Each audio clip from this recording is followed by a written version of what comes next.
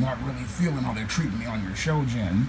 Well, Bruce, in order for a woman to be strong, you have to tear down a man. That's all part of the woke narrative. Well, the woke narrative has the Hulk's balls in a Birkin bag. Is there any way I can get them out? No. Now available in paperback and Kindle Unlimited. Isis, All That Glitters. The goddess next door takes on a bikini-clad bank robber in this action-packed all-new Isis series adventure. Get Isis, All That Glitters in paperback and Kindle Unlimited today. Most comic fans were hoping Marvel Studios' new She-Hulk series would have some of the substance of Stan Lee's initial 18 issues, and it would have some of the light humor and efforts to break the fourth wall of John Byrne's classic late 1980s run of comics. Unfortunately, the pilot episode showed us that there is no effort to actually adapt the source material. No, what the producers of the show have decided to do is drop down Jennifer Walters' CGI skid mark thong and have her drop a big green turd on the screens of everybody's smartphones, devices, and tablets and call it a TV show. Now, Marvel Studios' She-Hulk is so woke that it isn't an adaptation of the comics. No, it's just a repackaging of many of the strong woman tropes that are a part of the Femsploitation genre that started with Captain Marvel. Now, the Femsploitation genre is something one of my family members coined as I was telling her all about this series. And a Femsploitation film is very similar to a blaxploitation film of the 1970s, and many of these blaxploitation films in the 70s, they were made to give us images of black characters, but not really give us much substance as related to story. Now, there were some really quality blaxploitation films like Your Black Caesar, like Shaft, and even, I would say, Dolomite to a point, because Dolomite was a comedy. But when I look at the Femsploitation genre, it's all of the flash as related to trying to elevate the so-called image of strong women, but never gives us any substance as related to their stories. And that's the big problem with She-Hulk, like many of the other types of projects in this genre, like the 355 and like Captain Marvel. They want to give us the flashy image of a strong woman, but they don't want to give us a quality and substantive story.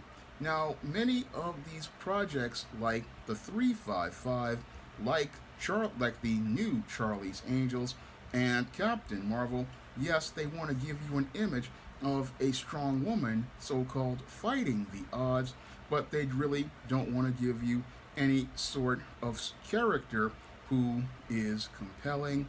And what they're doing right now with She-Hulk, with this adaptation of Jennifer Walters, is instead of giving us a plucky young heroine like she was featured in the Stan Lee run, or the supermodel-esque confident woman who was a part of the John Byrne run, what we get is a whiny feminist, and this whiny feminist version of Jen is not somebody anybody wants to really identify with or connect with.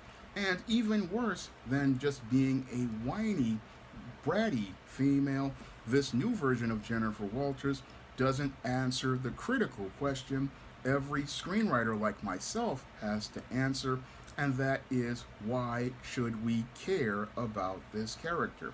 Now, in watching that first episode of She-Hulk, I really did not see a reason to relate to Jennifer Walters or her struggles, because the character was so one-dimensional. She was just there for the sake of being there, and just there for the sake of being what they want to show us as a strong woman. Now, the big problem I find with the She-Hulk is that if she's so strong in the beginning as a human, then what obstacles does she have to face as she becomes a Hulk? That's a critical question that was never really answered in the pilot episode of She-Hulk, because they never really start to set up a character transformation arc, because in a Femsploitation movie or a Femsploitation TV show, they really don't want to set up any sort of conflicts or obstacles for the heroine.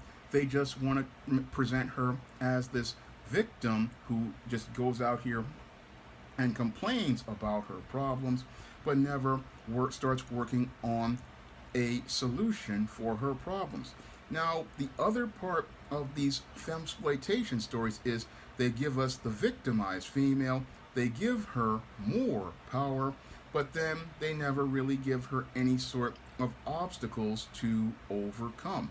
All throughout the She-Hulk series, we see her just going out here and doing things easy as she goes in the second act with Bruce Banner, and that second act is really one that really just irritates me, because in order to make the She-Hulk strong, they just go out here and tear down the last few vestiges of Bruce Banner, and they take your Bruce Banner's testicles out of Jennifer Walters' change purse, and they have her snack on them like some sun-made raisins.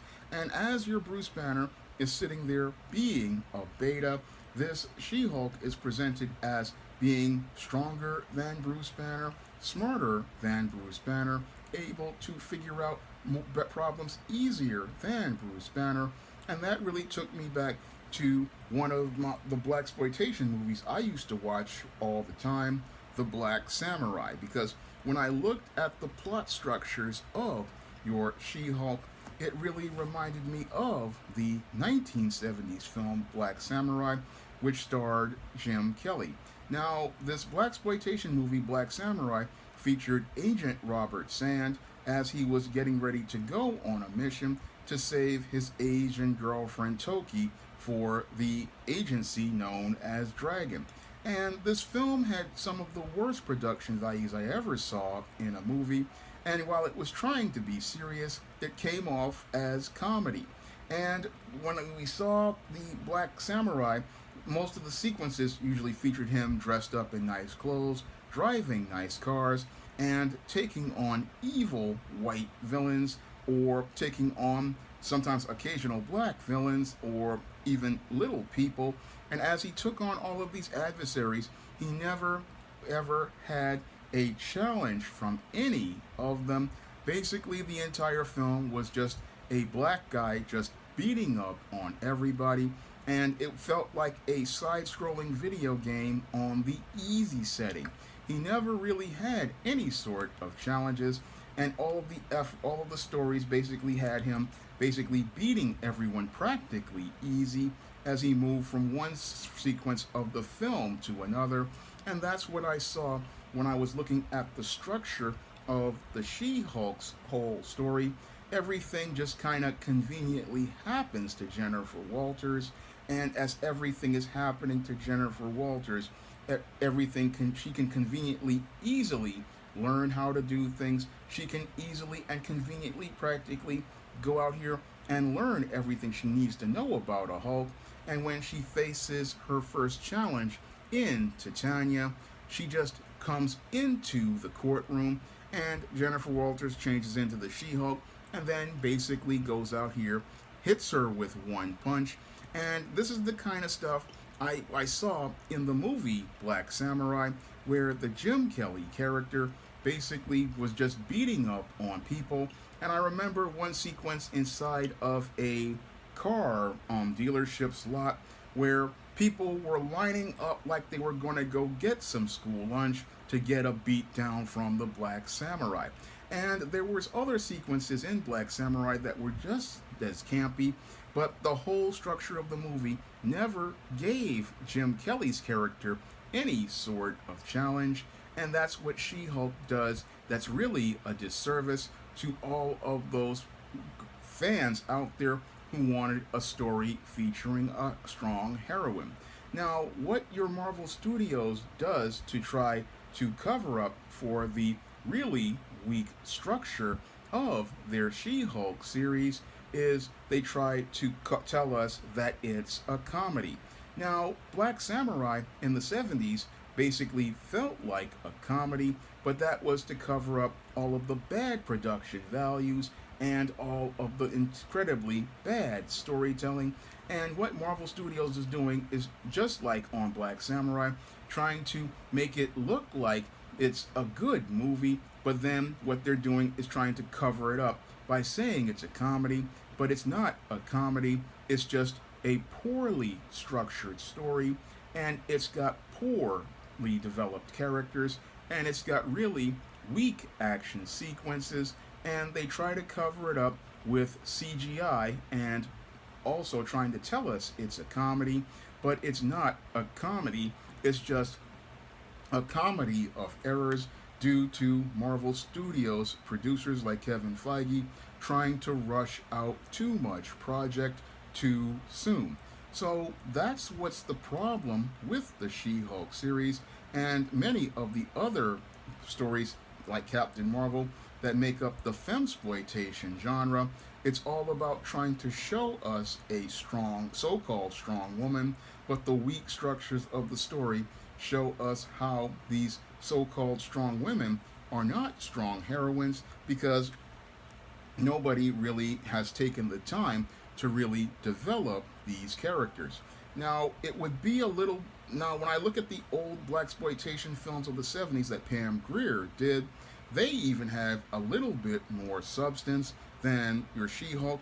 And even though they had the nudity and sexy scenes, they still presented us with a compelling story.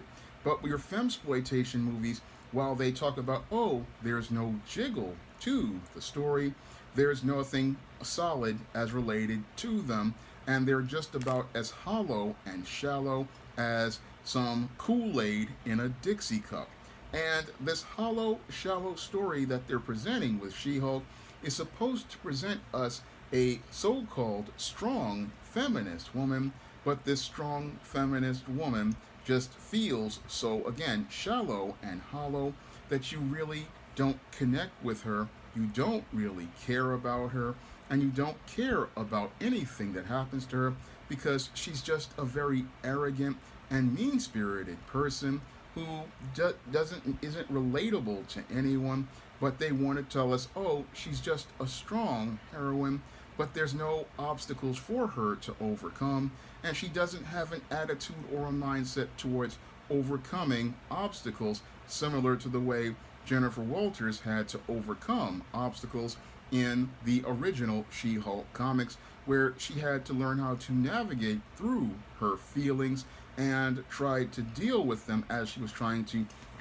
defeat the Moncton Mob in the first couple of issues, and during the John Byrne run, where she was learning how to navigate life and becoming more comfortable as a heroine, a process that started with her joining the Avengers, becoming a part of the Fantastic Four, and then eventually going out on her own. It's like they took away all of the substantive story points in She-Hulk's story in order to push identity politics, and that identity politics doesn't give us a strong heroine. No, it gives us a very weak heroine who really isn't really given any sort of challenge.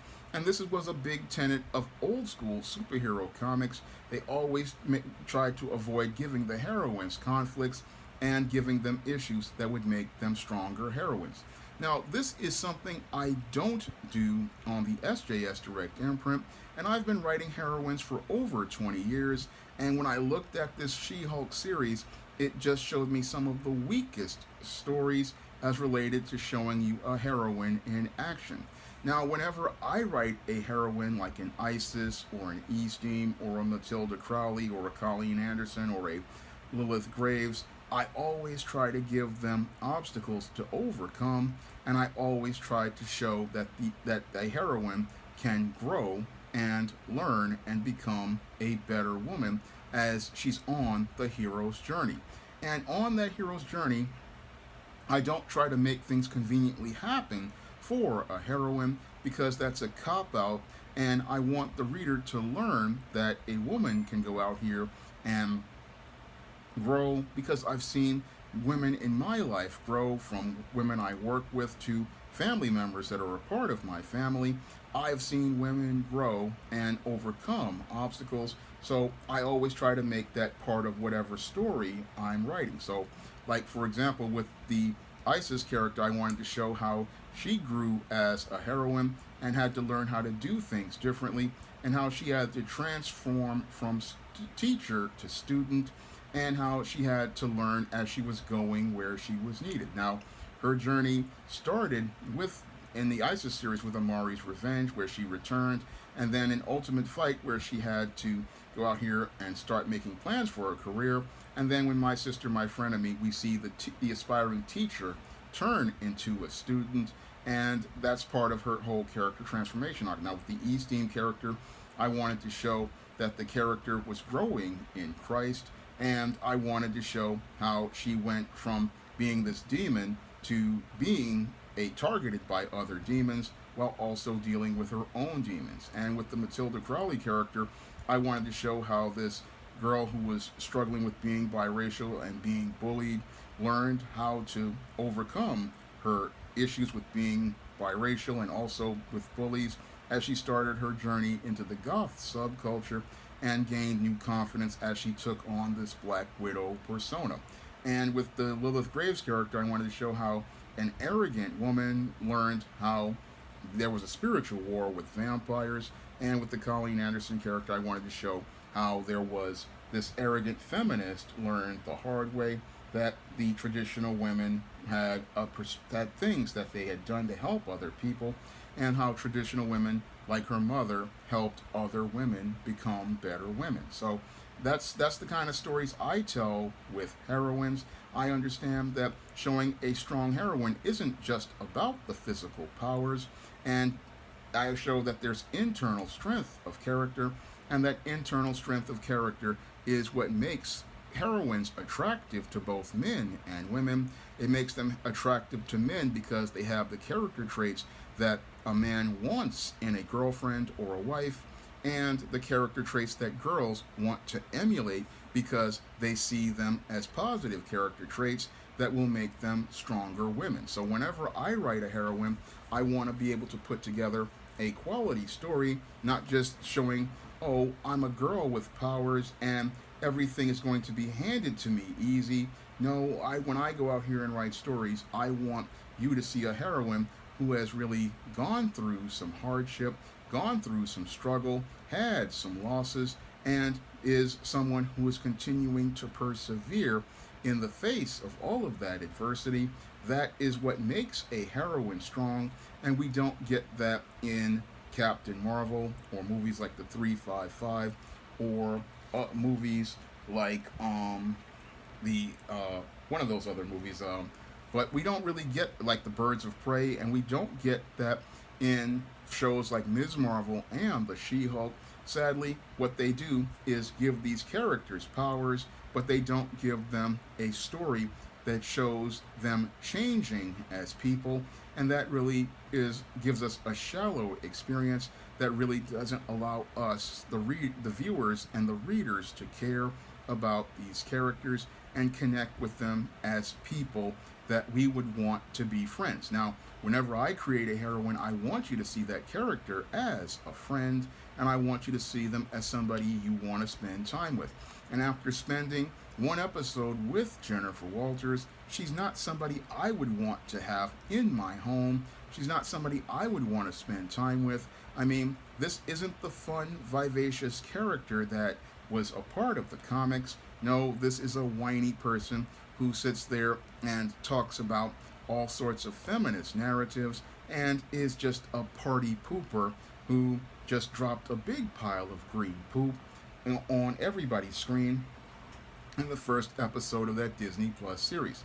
Now, I have some people out here who want to say, oh, the She-Hulk is a comedy. And again, as a writer of comedy and a writer of heroines, I can tell you that this show isn't very funny. Now, I have written stories that have substance and humor in the E-Steam series, and in the E-Steam series, I use a lot of humor because I get inspired by comics like old Superman's girlfriend Lois Lane for E-Steam stories, and I can still get the laughs and still give you substance like I did in a story called No Good Deed, which is a comic I did that's on Amazon for 99 cents right now. And I did it in other stories like Fairy Tale, where Easteen took on Morgan Le Fay, and they have a showdown in her castle above the clouds that is just filled with lots of comical moments. And I have another Easteen story that I did which had a lot of humor called Little Girl Lost, where Easteen took on some demon strippers, and all of the humor in Little Girl Lost with all of the demon strippers and Easteen's fight in Times Square with the desnudas, or the topless women who are in Times Square. These have some comical moments, but there's still substance to the story, and that's something that was truly missing from your She-Hulk. And when I look at your She-Hulk, they want again say that it's comedy, but that's a cover-up for weak story, because the story, like the Jim Kelly Black Samurai movie, is funny not because of an intentional laugh. It's funny because of the poor production values and the poor storytelling. And the She-Hulk storytelling is, again, some of the worst I've seen ever since the late 90s TV series VIP. Now, the irony here with your She-Hulk is that the feminists are trying to say it's a girl power show, but all of the flash of that girl power show is as shallow as a jiggle show like VIP, and that's where this show just basically is. It's basically VIP with superheroes, and it's just something that is on a lower level than some of the jiggle shows of the 70s, like Charlie's Angels and Wonder Woman, that your Fred Silverman made in the 70s. Now, Fred Silverman willfully and intentionally was trying to go out here and try to make jiggle TV and with these shows, and the blaxploitation movies with Pam Grier were intentionally trying to sell sexiness and in their films. But the irony here is that the feminists are out here with the She-Hulk show promoting their identity politics and putting the same type of shallow imagery in their material, but we're supposed to think that it's better because it's written by women, and it's supposed to be better done because it's by women. Now, I find it interesting that the show made by women is basically presenting an exploitive image of women the same way that men were doing when they made Wonder Woman and Charlie's Angels and all of the jiggle shows on Fred Silverman's ABC. The irony here is hilarious because you have Disney, which is owned by ABC, talking about making a social justice girl power She-Hulk show, and this social justice She-Hulk show is exactly the same show that Fred Silverman was producing back in the 70s when he produced Charlie's Angels and Wonder Woman. And I believe there's one other show that was a part of the Jiggle. It was Three's Company was the other Jiggle show, and it's just as jiggly as the other shows. Unfortunately, it's just less shallow. I mean, it's just more shallow than your Charlie's Angels, Three's Company, and Wonder Woman, which basically had a lot more substance than the flashy not Charlie's Angels, but She-Hulk. And your She-Hulk, your Ms. Marvel, all of these other programs, again, they promote similar narratives, they promote identity politics, and they just are just absolutely terrible.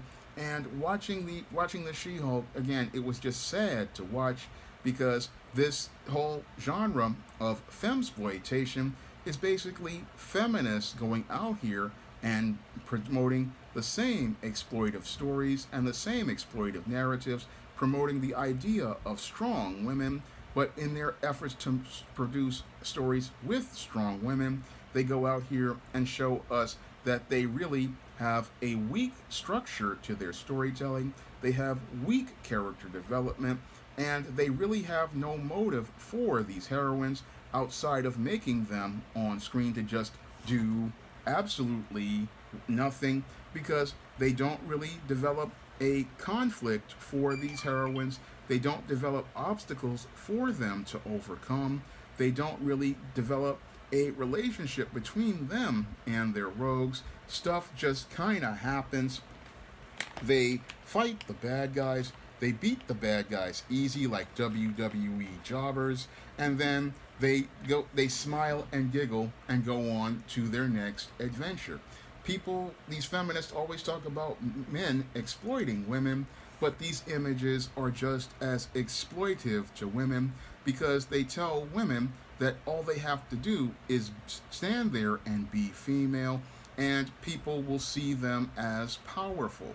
And that's a bad message to send to girls and young women, that all you have to do is be there and just stand there, because that's the same type of message that your feminists rail against about women being objectified.